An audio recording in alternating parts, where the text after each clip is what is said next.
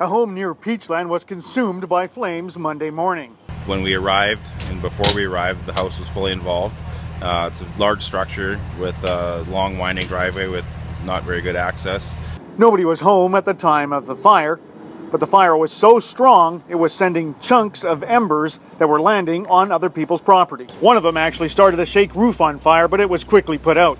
The firemen were aware of the danger. It's a concern here. The forest is right across the road. The fire got into the grass down around the house. So still see the where the smoke is coming from between the trees. This is the property next door. As you can tell, that's how hot it was. Embers were landing on this bark mulch and started a couple of small little fires here. We directed a fireman to where the hot spots were located. He extinguished them with a neighbor's hose. It was an early awakening for those living near the inferno. Well, I got a phone call at 4:30 this morning from a neighbor that said the house was on fire, and when I looked out the window it was fully engulfed. There were flames shooting way higher than the roof. It was huge, like it was fully engulfed. Steve Sweeney took these photos as he watched from the shoreline as flames consumed the home.